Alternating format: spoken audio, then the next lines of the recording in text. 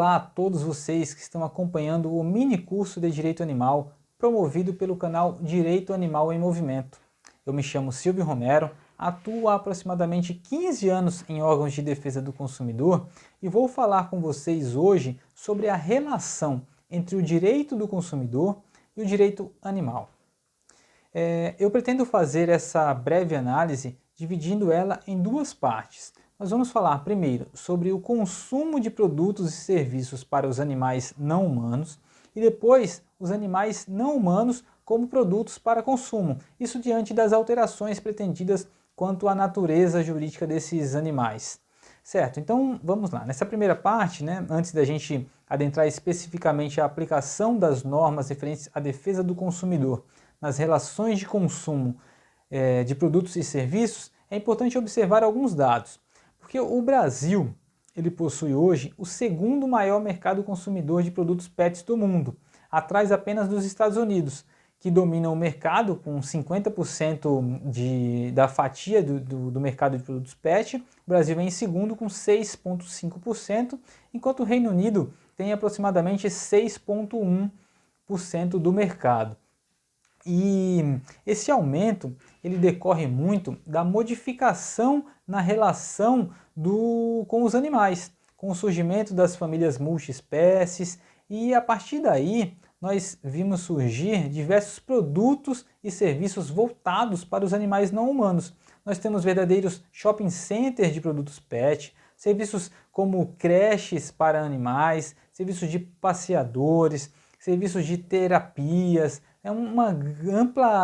uma gama imensa de produtos voltados para esses animais não humanos, certo?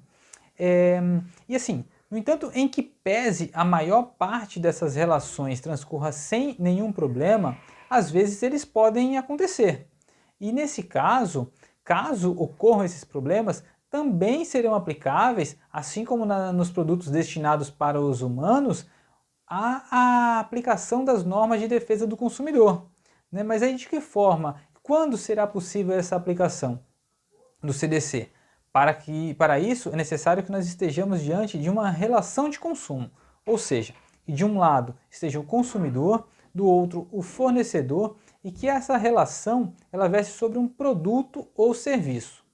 Estando presentes esses três elementos, há uma relação de consumo e nós vamos aplicar o CDC, certo? Então vamos passar dessa questão sobre a aplicação do CDC, nós vamos falar um pouco sobre a responsabilidade dos fornecedores sobre os produtos e serviços que são colocados no mercado de consumo. Em regra, o CDC estabelece que os fornecedores respondem objetivamente pela reparação dos danos que os seus produtos ou serviços causem aos consumidores. Mas o que quer dizer a responsabilidade objetiva? Quer dizer que não é necessário verificar, analisar se houve culpa desse fornecedor quanto ao dano causado ao consumidor. Basta que seja provada a existência do dano e que a sua causa foi o objeto daquela relação jurídica. Vou exemplificar para ficar um pouco mais fácil.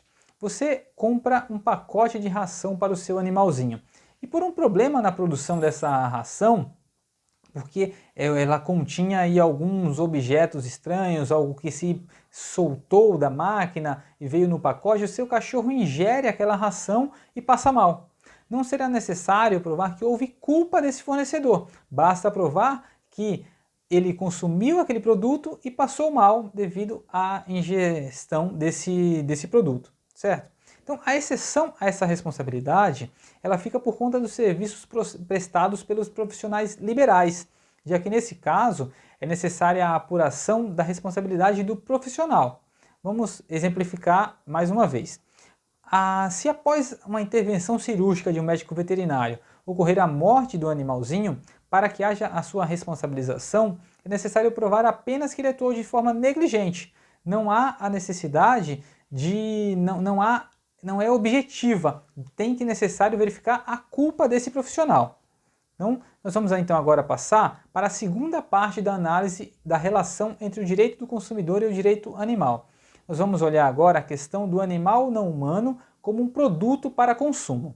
Isso porque, historicamente, os animais são tratados pelo ordenamento jurídico como coisa. Eles são enquadrados na categoria dos bens semoventes, ou seja, eles fazem parte do patrimônio daquele que era considerado seu proprietário. No entanto, a forma como enxergamos o animal não humano, ela vem passando por muitas mudanças. Nós estamos passando aí de uma visão antropocêntrica, em que o homem possui o papel central das relações, para uma visão ecocêntrica, onde o homem ele é apenas um dos atores inseridos no ambiente.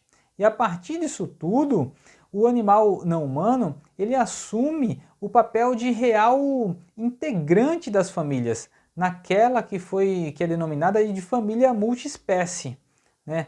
Mas o ordenamento jurídico, ele às vezes ele parece não acompanhar essas mudanças sociais, já que ainda trata o animal como coisa. Não houve, o ordenamento ainda não está antenado com essas mudanças sociais. Mas em que pese essa situação, o que a gente vê, às vezes a gente verifica decisões proferidas pelo Poder Judiciário que às vezes estabelecem o direito de guarda, até mesmo a concessão de alimentos aos animais não humanos. Essas decisões, essas sim, se mostram muito mais conectadas com a nova realidade social. Elas caminham muito mais com as alterações da sociedade do que às vezes as mudanças legislativas. E que às vezes acontece em outros países. Porque se a gente olha às vezes para alguns outros países, nós vemos o reconhecimento dos animais como seres sencientes. São seres que sentem frio, sentem sede, sentem fome, têm sentimentos, a exemplo do que já ocorreu na França e em Portugal. No Brasil, em que pese não ter havido ainda essa alteração na legislação, há diversos projetos de lei que pretendem essa mudança na natureza jurídica dos animais. Mas até o momento, nenhum desses projetos teve a sua tramitação concluída. Ou seja, na análise tradicional da lei, o animal ainda é tratado como coisa. Então, a partir disso tudo, nós podemos verificar que são 3 as hipóteses de enquadramento dos animais, enquadramento da natureza jurídica dos animais. Eles podem ser coisa, eles podem ser enquadrados também como pessoa ou como sujeito de direitos distinto da pessoa. E diante dessas possíveis alterações, quais seriam as consequências para as relações jurídicas em que os animais figuram como objeto? Por exemplo, uma compra e venda de animal.